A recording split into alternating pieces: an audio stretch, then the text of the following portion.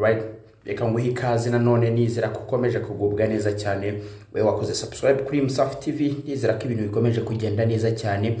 Kandi nawe utarakora subscribe, reka ngusabe gukora subscribe, like na share kugira ngo ibintu bikomeze kugenda neza cyane. Wowe urwaye reka mubwire nikomeza kwihangana, hanyuma nawe umeze neza reka nkomeze nkwifurize gukomeza kugira ibihe byiza cyane kandi n'iby'ingenzi cyane kandi n'iby'agaciro kuba umeze fresh icyo gishoro. So rero no munsi nta kintu tuze kuganira. No munsi nje kukuganira umuti wagufasha kwirinda abajura cyangwa gufata abajura.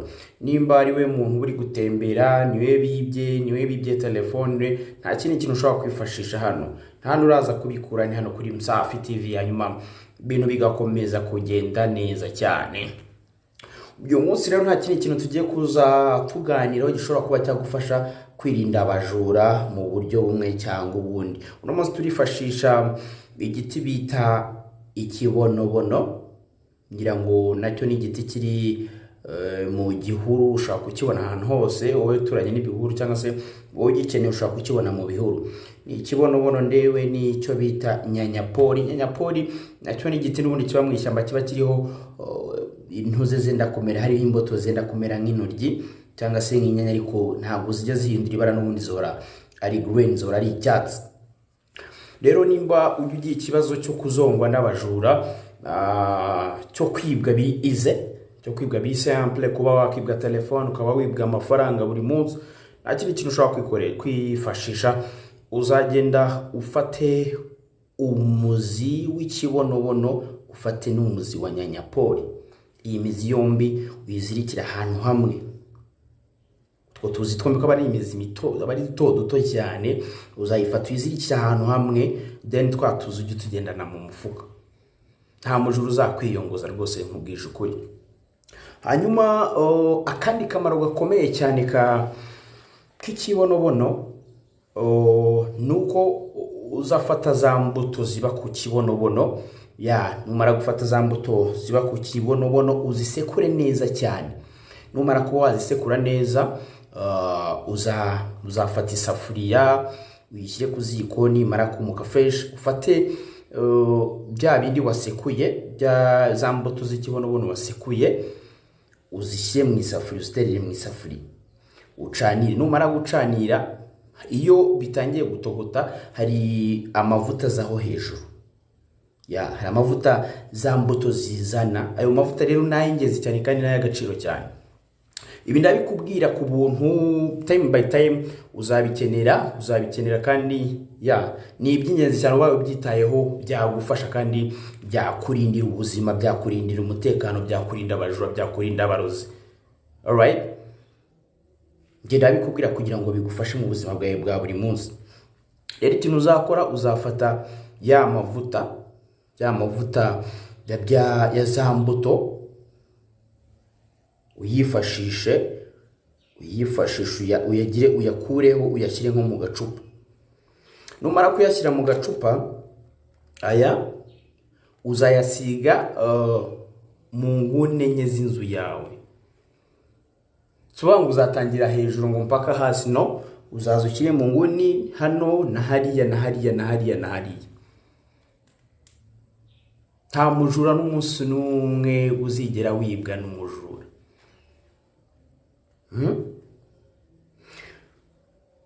Cyangwa se umurozi naza kukuroga, ntabwo bizakunda.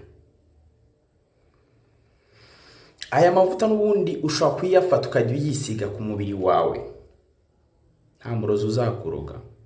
Ibyo nkubwira ni ukuri, nta murozi uzakuroga.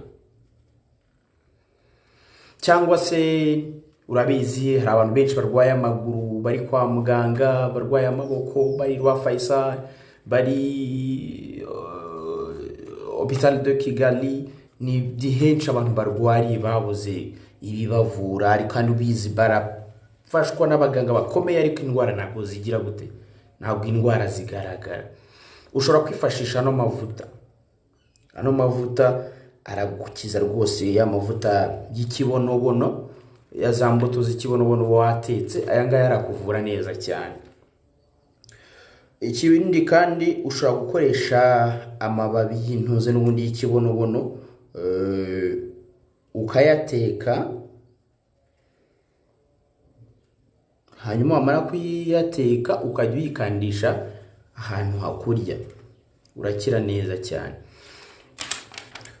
Ikindi kuri additional noneho kubajura by'umwihariko babajura ruharwa,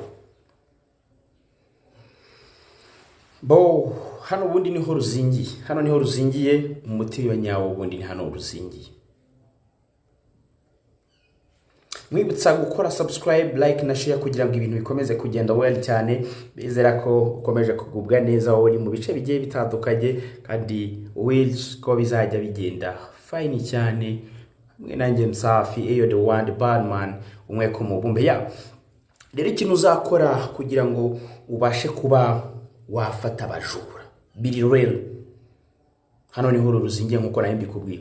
Uzagenda ushake ikibonobono, ya ntago ari ibyava kuko ntago bipfa gukunda, ariko uzagenda nubona ahantu hari ikibonobono, nubigira chance ugasanga cya kibonobono kiriho uruvu, ngira ngo uruvu uraruzi.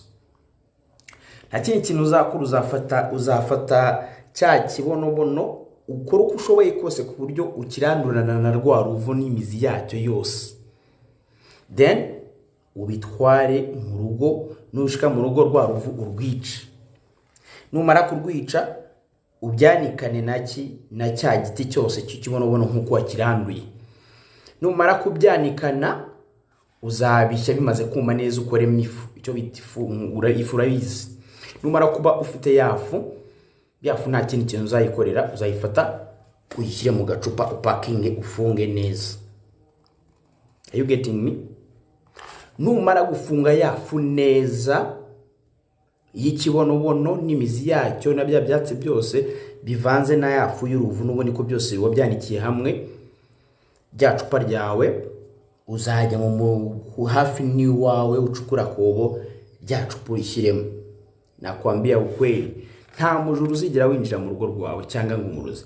Umujura azajya kwinjira mu nzu iwawe acurugi yinjiremo, nashyika mu nzu uzasanga aryamye yasinzire yagutegereje, mpaka ari wowe umubwete mvira mu nzu cyangwa agenda nakubabari.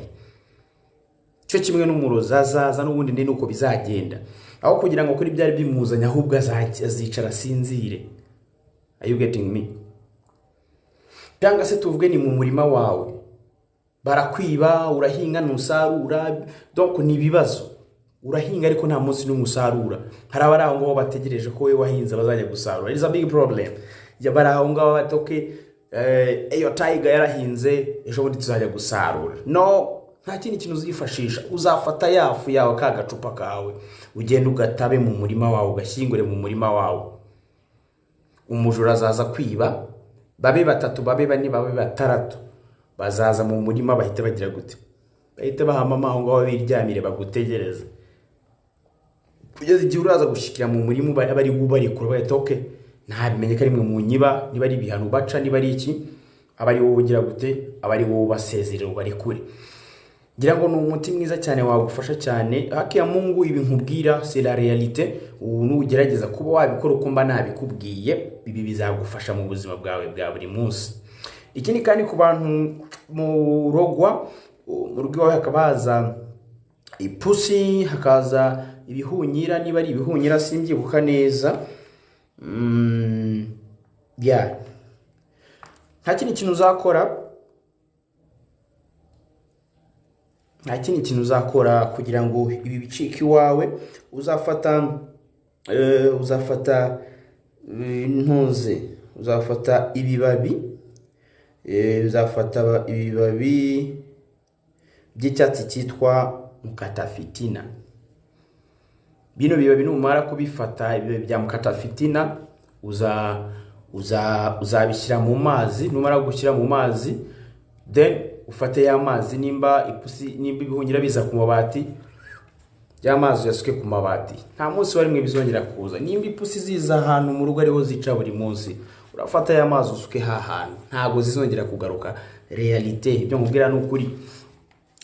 ni uko rero nibyo nkubwira uzakomeza ngenzanja ngukorera byinshi cyane ngushakishiriza byinshi cyane ko ibi byatsi tuganiraho ni Imana yabiduhaye kandi iduha n'ubwenge bwo kugira ngo tubyigisha abandi kugira ngo bibafashe mu buryo bumwe cyangwa ubundi. Hato rero utazitwaza ngo wabuze iki kandi mba mpakubereye. So reka ngushimire wakurikiranye kino kiganiro. Ubaye ufite ikibazo wabaza ukandika muri commentaire, ushobora kunyandikira kuri email yanjye ombeni-musafi250@gmail.com.